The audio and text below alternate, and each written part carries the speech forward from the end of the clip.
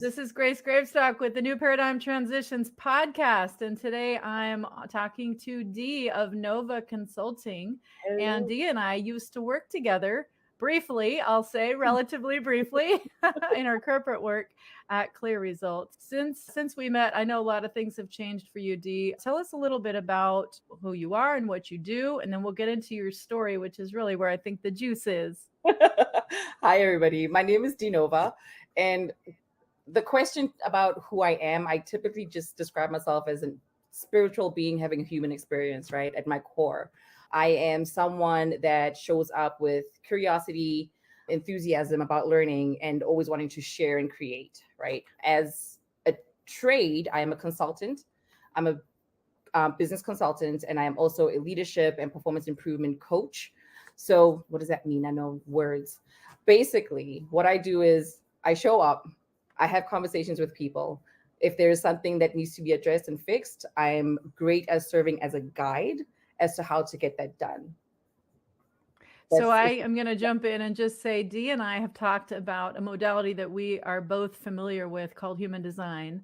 And I know Dee and I see you, Dee, and Dee is very special in this world. And she's a particular type of being who is here to guide us into new ways of living, working, and being. So my business is called New Paradigm Transitions. Yeah. And it was actually inspired by the work that I did with a coach with a very similar energetic configuration as you, Dee. So as you and I were Interesting. talking before, yeah, I was just laughing how interesting that you and I are having this conversation now. So all that to say, I see you, and I want to say that I recognize your very important role in showing us how to move forward in new ways so that we can really transition as the world goes through this big shift. So today I want you to share with our listeners a little bit more about your story. Before we started recording, I was briefly telling you that we last talked when we both worked for Clear Result a Yeah. few years ago. And during my time at Clear Result, that was the job that I intentionally created after I left my other job. Oh, wow. And I used an amazing gratitude practice, which you can get at activateyourlifepurpose.com if you want to find out more about that. It's an amazing process. I used that process to get the job working with UD at the firm we worked at. And that was life changing. And it was an upgrade on my work life. It was my first time as a director, very exciting. And it was a perfect transition because it was during that year that I went through a divorce after 15 years of marriage. And literally a month to the day after my divorce was final, I got laid off. So that was when you and I last connected. So when you told me what you told me before we started recording, I just had to laugh. So please share about how you intentionally created a space in your life, because when I did that, I didn't mean to do it, but it actually was exactly what I needed. It was a time of refreshment, and it actually led me to learning the system that you and I are talking about Yeah. here, human design, and a big shift in my life. So all that to say, can you tell us a little bit more about what happened for you since we last talked? So, my story has two parts to it. So, there's me moving to the US and after I moved to the US. So, I was born and raised in South Africa. And then I moved to the US in my early 20s. I was married, got divorced.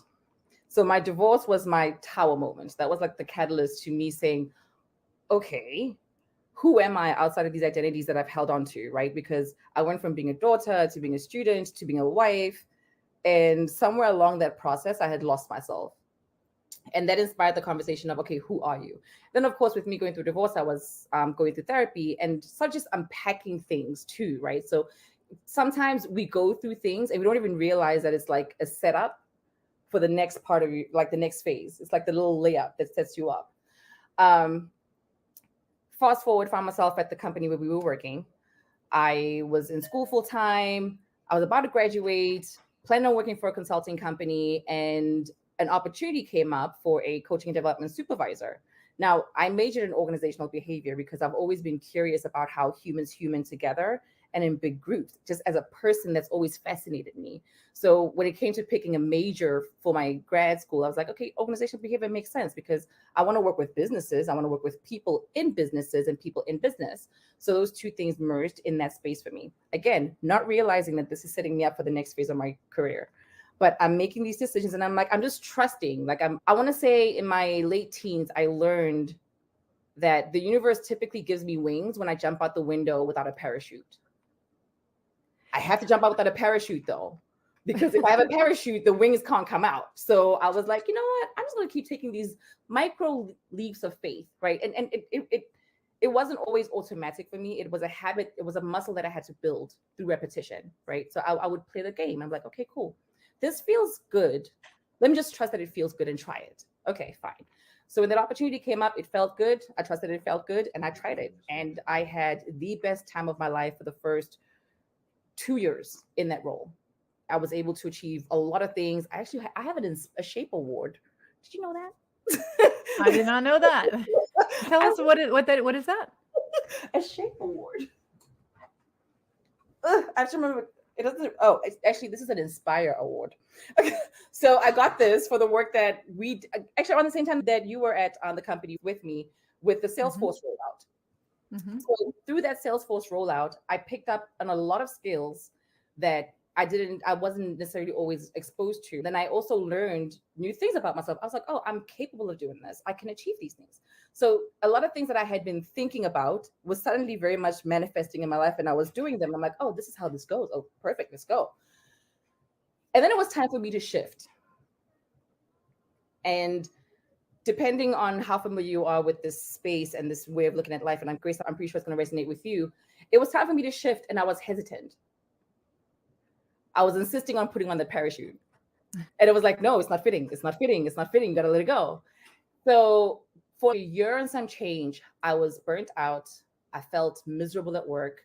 The last year that I was there, I was literally crying every day after work because I was just so spent. I loved what I did. I loved the people that I worked with, but it just didn't feel good anymore.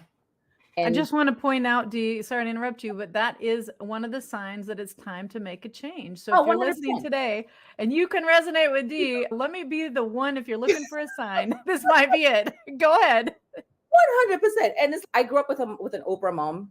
For those of you that know what Oprah moms are, and I can't remember who was on her TV show, and she said something to the effect of the universe speaks to us in whispers, right?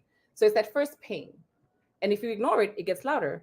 And it gets louder, and it gets louder, and it gets louder. And that loudness manifests as just things falling apart in your space. Sorry about that. Somebody's calling me. I thought that was sound on purpose to accentuate what you were saying. That was probably the universe saying yes. Absolutely. So I ignored the call to move for a while, and then I stopped showing up as my best self at work. And actually, I became indifferent. I think this is the first time I understood that the opposite of love isn't hate, it's indifference. I became indifferent.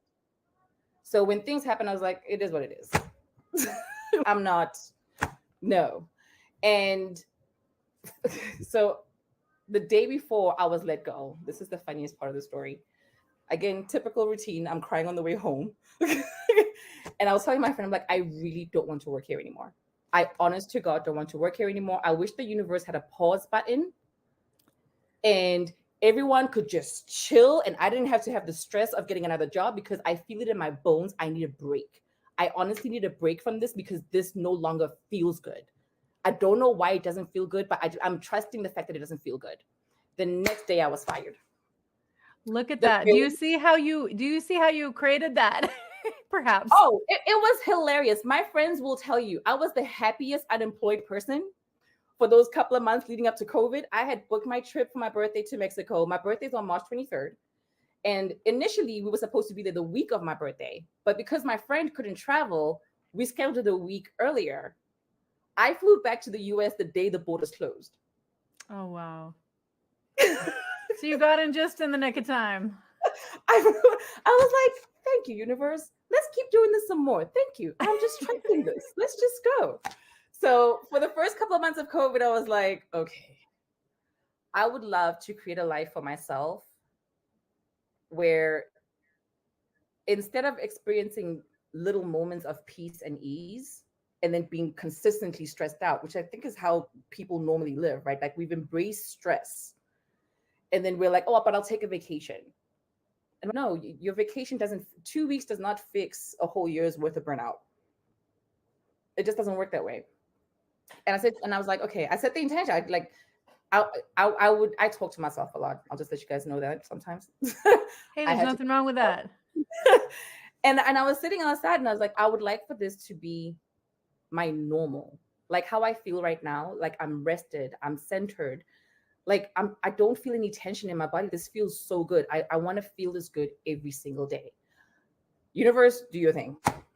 So the first couple of months, I was like just working on myself and everyone was inside. So I was doing more yoga. I was creating more, but not creating because I have to, because I have a training that I have to put together, but just creating because I can. So I was just creating and I was on social media like everybody else. And when I started looking for a job, and this is another juicy one, when I started looking for a job, I was like, okay, universe, I need health insurance. So let's start looking for a corporate job again, I think. And two, I have to mention this. There was a lot of trauma that happened around the time that I left, around the time that I got fired. And there was just a lot of mistrust of just spaces and people. And I was like, it didn't feel good.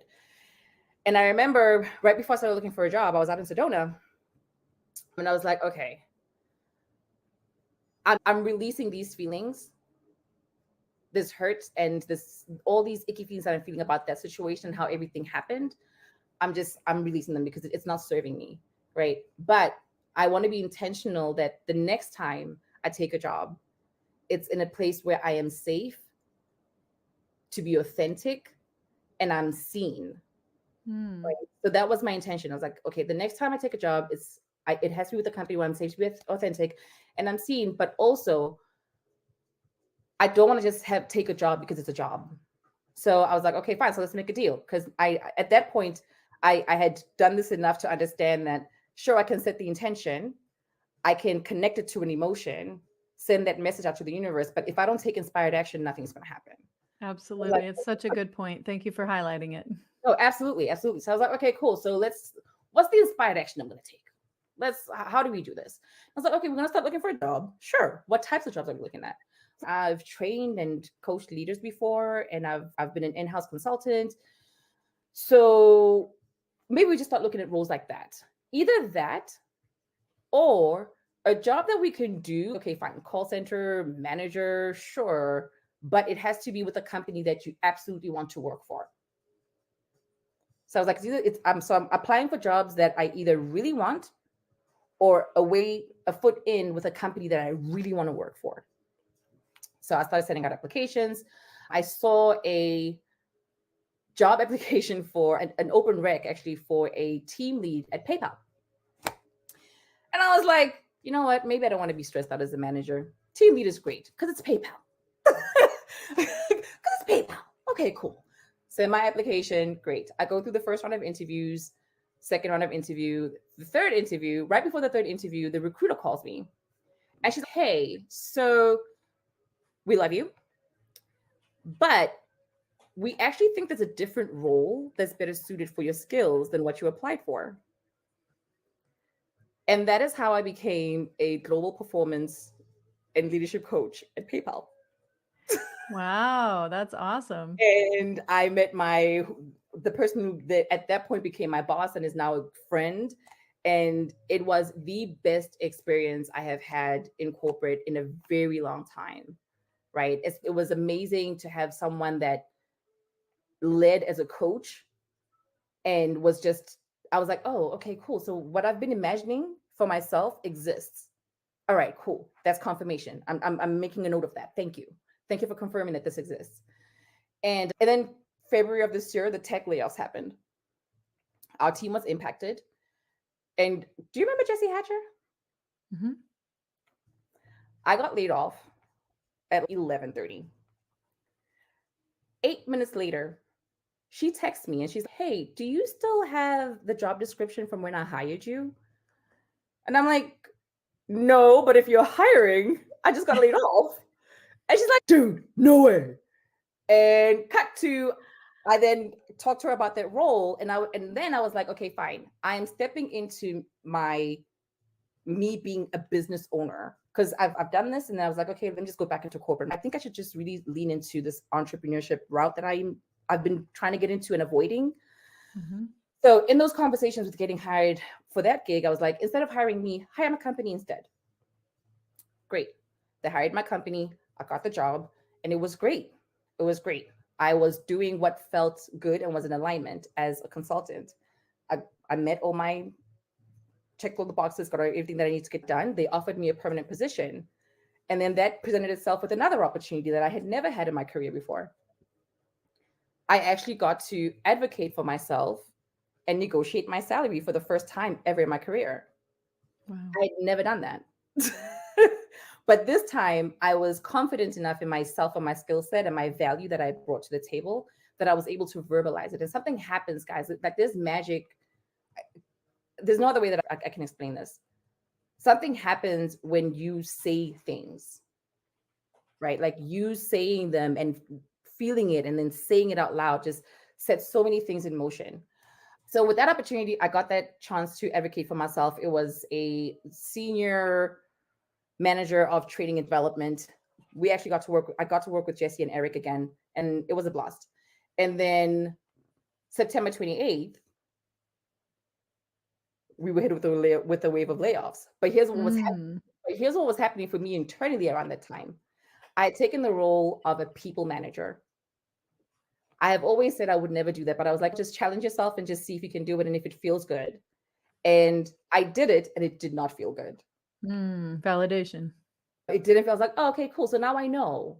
I'll never wonder. I never have to wonder if I would be happy managing people and doing like the mundane everyday thing.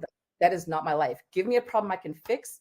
Let my brain fire away with ideas as to how we can fix it. I will give you 3 solutions to the same problem. You pick what works for you, and we go back to the drawing board if it doesn't work.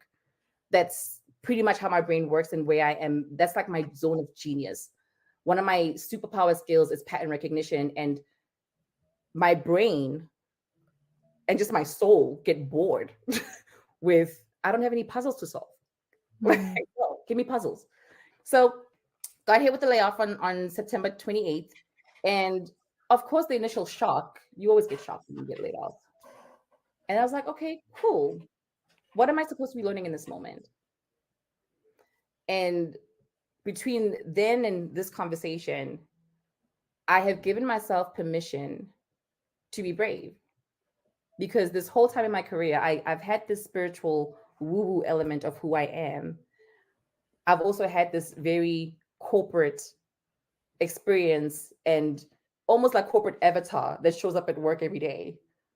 And sure, like I've been pulling in some of that spiritual stuff into how I show up at work. But I was like, right now, you're like an entrepreneur. You have an opportunity to just play a game of what if. So what if you were brave? What if you just owned who you are and you just showed up as who you are and let the universe do its thing? And then of course, I've sat with this idea for days. And yesterday I started writing stuff and not even realizing that our interview was today. Not even realizing that our interview was today, but so much of what I've been going through over the past, since Friday actually till now, is also informing how I'm showing up.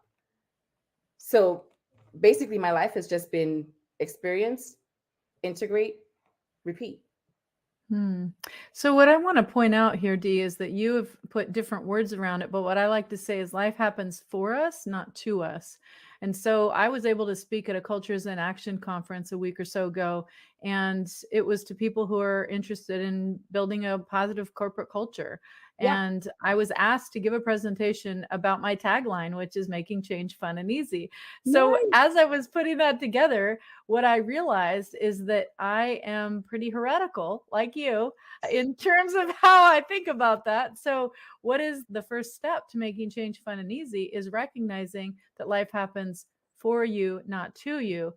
And so you just gave a bunch of different examples through your experience in your life that if somebody were to look at it from a different angle, they could be really upset that this is happening to them. You get laid off or you get fired or whatever is happening in your work life or even in your home life. I know a lot of people that are going through relationship challenges right now and health crises. And Yeah. so when we look at it through the lens of being a victim, oh my gosh, why does this thing always happen to me?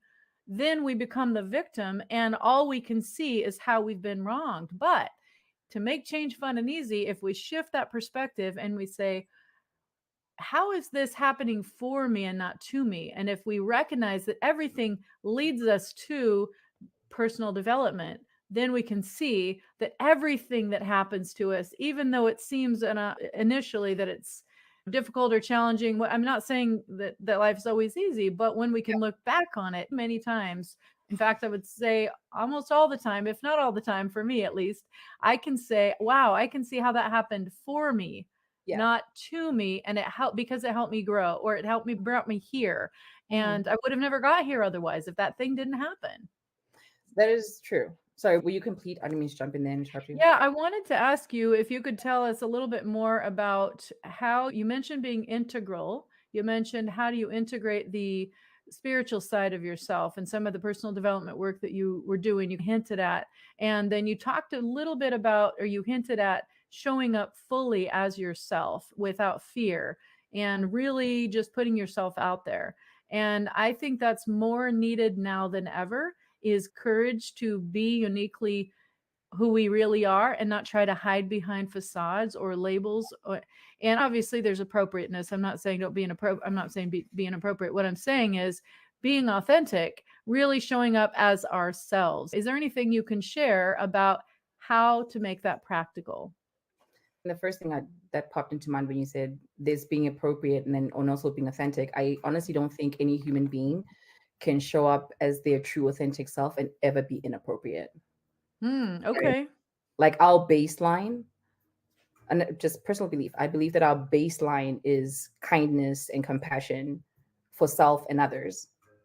And how I got here was it was a very inside out process, right? I did the whole, oh, I have to achieve to feel fulfilled. I have to set myself on fire to keep other people warm, to feel appreciated or loved. I did that. It didn't work and it didn't make me happy. So the next question was, okay, let's just try a different approach. If it hasn't been working this way, let's try something new, right? Like the phrase doing the same thing over and over again and expecting a different result, it has so much more context than we give it. Right? Honestly. So I allowed to treat my life like an experiment. But again, for me to be able to do that, there's also a layer of privilege that I think we have to address, right? That not everyone has time for stillness, or rather, not everyone's life indicates to them that they have time for stillness, but we all have time for stillness. It's just whether or not you are aware that you can create stillness for yourself, or you just have a life that creates stillness for you.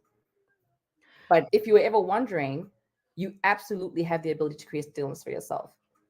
But yes, And it's a choice. yes, Right? Because we're all busy. We all have a million things vying for our attention, but we choose what we spend our time on, what we give our attention to, and that is so important. So I want to transition now, Dee, since you mentioned it.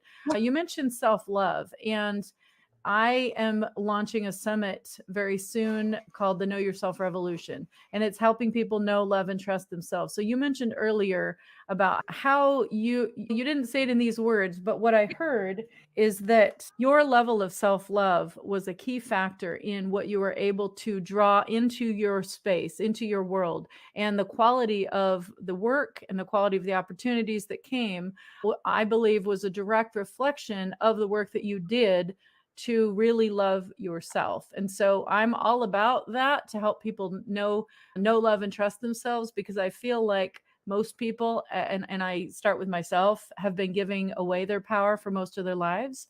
yeah, And when we take it back, it means we claim our birthright of having health, wealth, and prosperity.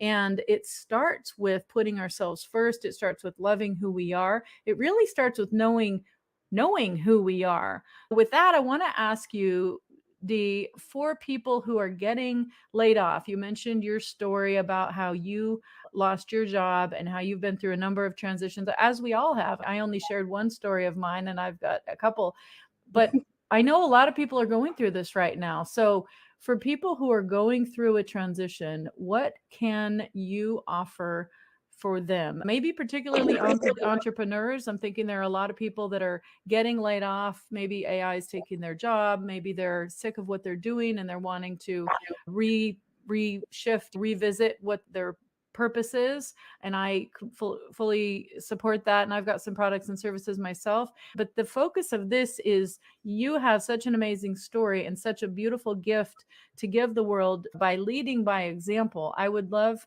for you to share a little bit about who you can help and what you can offer, how you can help them. So let's ignore the titles. I think sometimes when we are going through a transition, there's that initial shock, right? That's fine, that's normal. But are we allowing ourselves to stay in the state of shock, or are we allowing ourselves the opportunity to maybe embrace stillness? Because in that stillness, that's where you have that conversation with yourself and say, hey, self, you've been doing XYZ for X amount of time. Is this bringing you joy?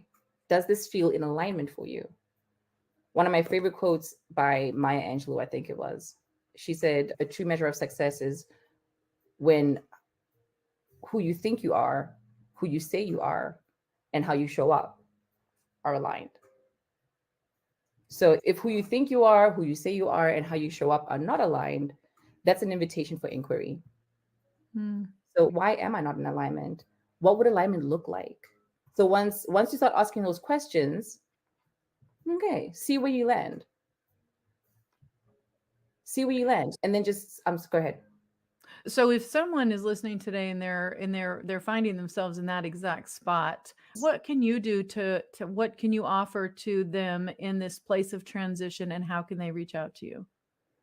I am very good at pulling out people's truth with questions. So we would As a good coach would. I really am. I don't know how I do it. Like, I'm that person that goes to the grocery store and then I suddenly know somebody's whole life. But yes, so how I can help is just being a guide. Like being a guide to help you get to your inner self and then help you find your way out into the world again and make sure that it is actually in alignment. That's how I show up. So if you're in a space where you are feeling stuck, or you're feeling like, okay, my brain is stuck right now. Like I have so many things firing and wiring in my brain because I have all these responsibilities. I don't have a job. Okay, I can help you find stillness, and then I can help us unpack. And then once we are unpacked and we uncomplicate the problem, we start where the biggest fire is. So do we need to focus on you building a website, or do we need to focus on you finding clients? What does that look like for you? So my services are always going to be tailored to the individual for one-on-one coachings, obviously. So if you need just that personal guide, that's honestly the service that I offer. Like I help you find your superpowers so that you can go out there and be great. I love it. That's wonderful. Thank you so much. You're welcome. And if you are listening today and you want to hear from more speakers and healers and sages, the Know Yourself Revolution is an online summit that you can find information about at knowyourselfrevolution.com. And you will see that it's 21 days of interviews like this with speakers, authors, and sages who have a lot to share to help you know yourself, love yourself, and learn to trust yourself. Before we started recording, Dee and I were talking a little bit about intuition. And I know that we both understand how important that is. Dee talks about helping you unpack your superpowers. And I know for a fact that one of your superpowers is a type of intuition. And I bet you don't even know all the types that you have. And I know that Dee could probably help you with that. So if you're interested in working with Dee, please reach out to her on LinkedIn. And if you're interested in hearing other interviews like this with people that have this this vision. My vision is to positively impact 5 billion people by 2025 through the Know Yourself revolution, shifting the frequency for humanity to a place of abundance instead of lack, to love instead of fear, and to empowerment rather than disempowerment, as so many of us have grown up in this world that is less than ideal. It gives us opportunities for contrast, which helps us learn and grow. But at the end of the day, we are the solution that we've been looking for. And so it starts with ourselves. And of course, I think of that Michael Jackson song, Man in the Mirror. I love it. Always playing in the back of my head. You got to start with yourself first. KnowYourselfRevolution.com if you want to sign up to hear more amazing interviews. And if you want to work with Dee, reach out to her on LinkedIn, Dee, and at Nova Consulting. Notice the spelling. That'll make it easy for you to find her. Any last words you want to share, Dee, before we close this? No, thank you so much for this conversation. I guess I do have more last words. Thank you very much for this conversation. And I'm really excited about moving into a space where people like yourself and myself can now actually show up fully in both corporate and spiritual spaces, right? Because whether you are in a spiritual space or a corporate space, you are still you. Your gifts are still yours. And it's just that the softer side of this equation just allows us to tap more into our inner knowing. And then we get to do on this more productive side of it. So thank you very much for just creating the space and giving me permission to just show up as my corporate hippie self. Yes, I honor you. I see you, Dee. I know your energetic configurations, so I can appreciate the very valuable and important role that you play for the future of humanity as we shift into new ways of living, working, and being, and you being someone that helps us to lead by example, by just your beingness. I just want to highlight that. So many of us have grown up with this idea that we have to do, and I believe that one of the new ways of working in the future is going to be about increasing the wellness and well-being of those around us. And so people like Dee, who have the unique configuration that she does, they are particularly here to bring value just by being there, because they hold a field that allows us to get insights that we wouldn't otherwise get. So thank you for being you, Dee. Thank you for fully showing up. And if you're interested in knowing more, check out knowyourselfrevolution.com, and we'll see you in the next recording. Bye, everyone.